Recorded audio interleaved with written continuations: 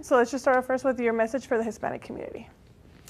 Yeah, well, first off, the Hispanic community is so important to the citizens in the state of Oklahoma. I think it's about 12% of our population, so probably 400,000 Hispanics live in the state of Oklahoma, maybe 500,000, somewhere right in there. And we're a state of 4 million people. And when I think about the Hispanic community, I think about their values are really aligned with Oklahoma values. So they're hardworking, entrepreneurial, family-focused, God-fearing, great contributors to our society. And so we couldn't do it without the Hispanic community. So I want everybody to know that we really respect and love the Hispanic community in Oklahoma. And if you want to chase the American dream, I mean, the American dream is alive and well in Oklahoma. People are flooding to Oklahoma from California and all over because we've got great quality of life. We've got a great regulatory environment. You can start businesses here. We want to help you succeed in Oklahoma. And so, this bill, that's why I'm here, is I want to explain and try to alleviate some of the fear that we're not trying to attack the Hispanic community. And the legislature, when they write bills, I have to make a decision. I can't write them. I just have to either say yes or no. And on this one's so complicated, I had to sign it, but I also wanted to make sure that I explain what this bill does and what it doesn't do to try to alleviate, because there's been a lot of noise around it and some fear that I'm trying to make sure that the Hispanic community knows. Okay, tell us about what it doesn't do. Since you're talking about what it does and doesn't do, tell us a little bit about that. Well, and again, most people don't realize that only 18% of the people in the southern border are Mexican nationals. And the rest, we've got 52,000 Chinese nationals that have come through our southern border, people from all over the world. And the Biden administration has failed us on border security. I think we all that live in Oklahoma want to make sure that we have safe communities. And so that's the effort on this bill, is to make sure that if you are going to do nefarious things or break the law in Oklahoma, we want to make sure that there's a mechanism that you are not allowed to be in Oklahoma. We're going to make sure we are a law and order state. And when this bill is put on my desk, if I vetoed the bill, I would basically be saying that I am not for law and order. And that was the problem, that I could not do that.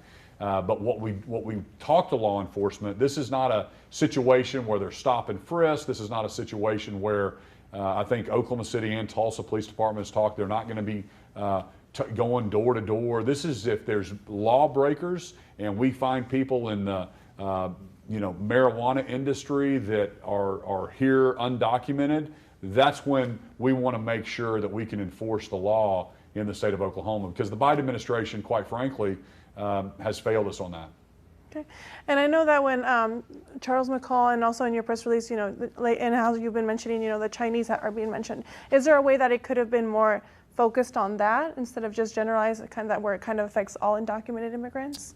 Again, that would be something we would have to ask the legislature if they could have done that. But since they didn't do it, I'm trying to give some clarity by being here, and I just set up a task force to really study this issue, because I want the state to be able to issue workforce permits and visas. Because the feds, I understand it, there's great hardworking folks that have been here for a long time that might be undocumented, that are trying to get their papers, and the federal government has just failed us. So I'm trying to figure out, can I do that on a state level to be able to issue? Because I want people that want to chase the American dream and work hard and pay taxes and be part of a community. That's the people we want in Oklahoma. And so I'm trying to get that all figured out. What we don't want in Oklahoma is to create a system where people can abuse the system and take advantage of the system and break the law here. So that's why I set up the task force. But you'd have to ask the legislature why they didn't change it a little bit. Again, I got the bill and I had to make a decision on it. What about kind of like narcotics? Since that's kind of what we see a lot of the issues with, is with undocumented Chinese working in the marijuana fields. Has there been any push in trying to put more money or more focus on kind of the Narcotics Bureau? There sure has. We've, when I first got here, we had inherited this medical marijuana industry, and we all know that it's not really. It feels a lot like recreational. Anybody can get a medical card right now. If you have a hangnail, you can get a medical card. And so we've tried to crack down on that. We've passed secret shoppers. We've passed 80 more enforcement officers to try to cut down on that illegal activity. I was just in New York, and they had a huge article in the New York paper how half of the marijuana being consumed in New York is being grown in Oklahoma. And it's illegal to ship marijuana across state lines. It's only supposed to be in state for our own. So we've passed a lot of laws to control that. We've put more law enforcement on the marijuana industry here in Oklahoma, trying to crack down on that. And I think this is just another effort that the legislature is trying to let people that are going to do things the wrong way, we're going to be a law and order state in Oklahoma. And I think most people that believe in that, like we do, we all want safe communities, no matter if where we live in the state, or whether you're Hispanic descent or Asian or American Indian. It doesn't matter. We all want the same thing, and we all want safe communities. We all want the best schools for our kids and the best opportunity in the economy. What about, have you thought a little bit about the racial profiling? You know, because I feel like that's a worry, because people feel like that already kind of exists, and laws like this kind of enforce it. What would you say about that? Well, first off, you know, it's illegal to racial profile, and that's my message to law enforcement. And I've talked to the Highway Patrol and made sure that they don't do that. We're not going to be pulling people over for, you know, and trying to, you know, if they're you know, larceny or stealing things and that kind of stuff, that's where you should be concerned. But if you're chasing the American dream and working hard, we're trying to make sure we can get this workforce permit up. And again, I know that Oklahoma City, Tulsa Police Department, our municipal police departments, they know that's against the law. We won't tolerate that. Mm-hmm. So I know, for example, you know, undocumented people can't obtain a driver's license. And so if they get pulled over, sometimes they can be arrested or their car can be taken away. What about in those instances? I mean, we know that they might are they going to get that, you know, jail for 1 year? How's that going to work? You know, well, it's already against the law to drive without a driver's license. And we understand that. And that's the complicated thing. So that's already a law. This doesn't really change any of that. We're just really trying to, I think the legislature, if I think about their intent, it was really to put pressure on the Biden administration to try to secure the southern border, number one, and then also, can we push them to let them know that we need state workforce visas? Because the bill, if you have a green card, or if you have a visa or work permit or DACA, or you're seeking asylum already, that's all perfectly fine.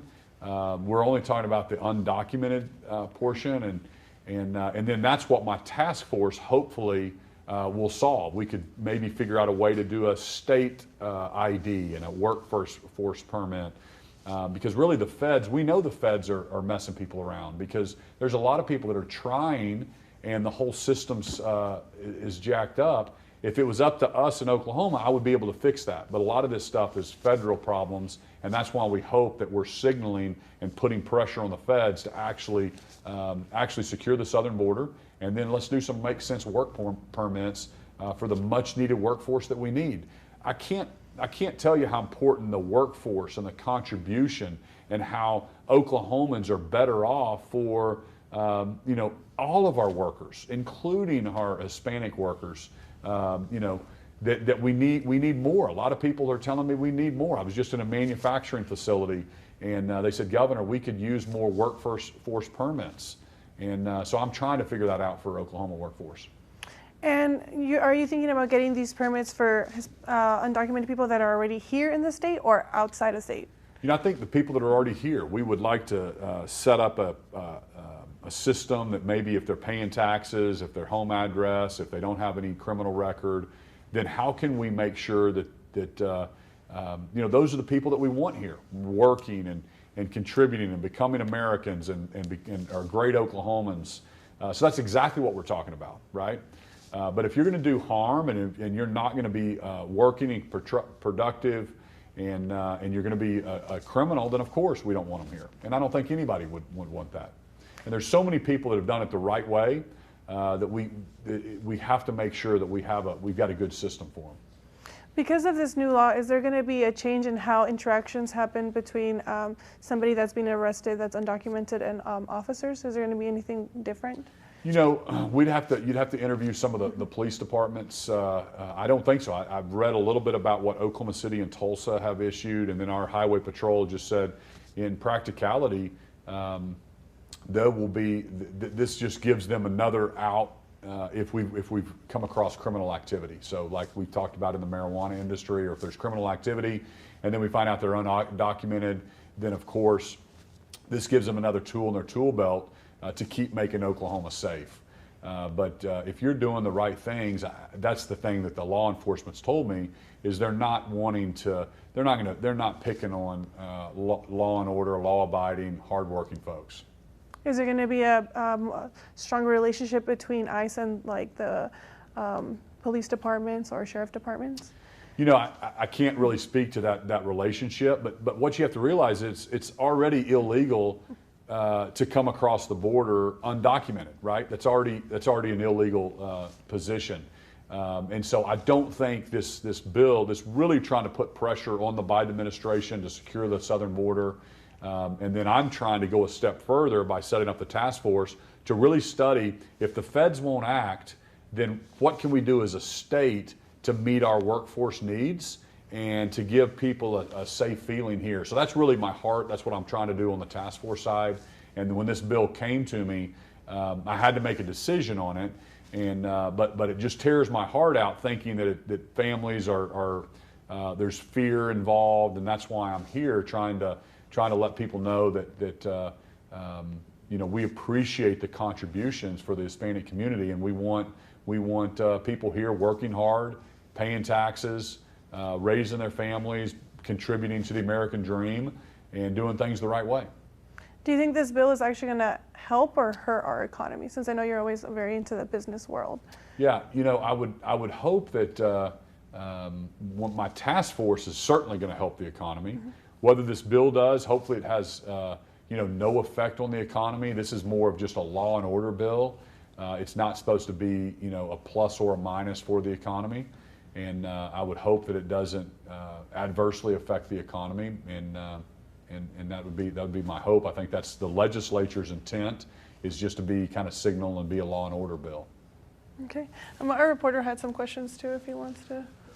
Yeah. So when the bill was originally being written and running through the House of Representatives, I interviewed a couple of the sponsors and co-authors of it, and one of the things that they consistently kept saying when I asked them was, the question that I would ask them would be, are you going to make a bill, or are you going to start writing anything so that people who are already here are going to be able to get visas or anything, kind of like your workforce? A lot of them said that that would defeat the purpose of deterring illegal immigrants from Oklahoma. So do you think that that now with your workforce defeats the purpose of the bill? Yeah, I don't. There's a fine line between, like in the Trump era policies, it was remain in Mexico policy, right? So he was securing the border and saying, if you're going to seek asylum, you'll have a court date, and you'll have to come back whenever your court date is, right? So that was the asylum process that the Trump administration had. The Biden administration canceled that day one in office, and basically, in my opinion, and I think most people's opinion, and the Border Patrol will tell you this, that's created the mass migration, right? And like I said, it's only 18% of Hispanic or Mexican population. The rest is from all over the world that are coming through the southern border, because they know as soon as they touch U.S. soil, then they get released into all the services, and we have better health care here than most parts of Africa and the different parts of the world. Well, taxpayers can't sustain that long term. So we've got to figure out a way that we don't create the mass migration, and that's why the workforce permits are so important. We are the NFL with the #1 draft pick. Everybody wants to come to America because this is the land of opportunity. We should be more selective, and we should be issuing those work permits to people that actually want to work and do the right things. So I think it goes hand in hand. It's not a one or the other. We have to have a secure border, and then we have to have a great process to say we need more engineers, and we need more engineers from India and Mexico City, and we need more laborers in the construction industry and manufacturing. And so Other countries have figured this out. We don't have to give every worker coming from all over the world a U.S. citizenship, but we certainly should be able to meet our workforce needs and say, hey, if you want to come here and do a job and we want to hire you, then we want to make that transaction happen. And so I say all that to say it kind of goes hand in hand. And Ronald Reagan, the president when I was a little boy growing up, and one of my favorite presidents, he made a path to citizenship. He had a secure border, but he also said the people that are already here, we've got to figure out how to get a path to citizenship. And I'm thinking that's a possibility, but certainly the workforce permit situation is a no-brainer to me. And that's why I'm really optimistic about the task force. And I'm the governor of Oklahoma. We should be able to just fix our workforce needs at Oklahoma and tell the feds, if the feds aren't going to make a way, then let's just do it ourselves. And let's just say, if you're going to be a taxpayer and a hard worker and somebody that wants to contribute and isn't a criminal, then we want to figure out a way to give you that work permit. Are there any updates also on the driver's license for undocumented people? Because I know that you had said in the past that you would be willing to support something like that. Yeah, I know that it got hung up in the House or the Senate, or I don't know, there's always politics going on there in the legislature. But what I'm talking about is more of a, work permit. Maybe it's a state issued ID. Then the legislature could go back and say, these people have been identified and they have a workforce permit or state ID. That's what I'm talking about. I don't know if the legislature is talking about IDs or not on driver's license, but certainly some kind of state ID is kind of what I'm thinking about. Perfect. Okay. Dash, I know you had some. So how are people going to be able to show that they're legal in Oklahoma? Well, that's what the task force is going to have to kind of figure out, and it could be an EIN number. I've heard a lot of different examples of things. It could be the home address, EIN number, the tax returns for the last year, not having a criminal record, that kind of stuff. So that's what I hope the task force, and we're going to put a broad group of Oklahomans from law enforcement and the Hispanic community and all the different groups together to try to study this, to say, how can we meet Oklahoma's workforce needs at the same time not creating mass migration, and then secondly, making sure that we have safe communities. And I think that's, if we can focus on those three things, that we all want the same things, regardless of, if we're going to be Oklahomans and Americans, that's what we should all want.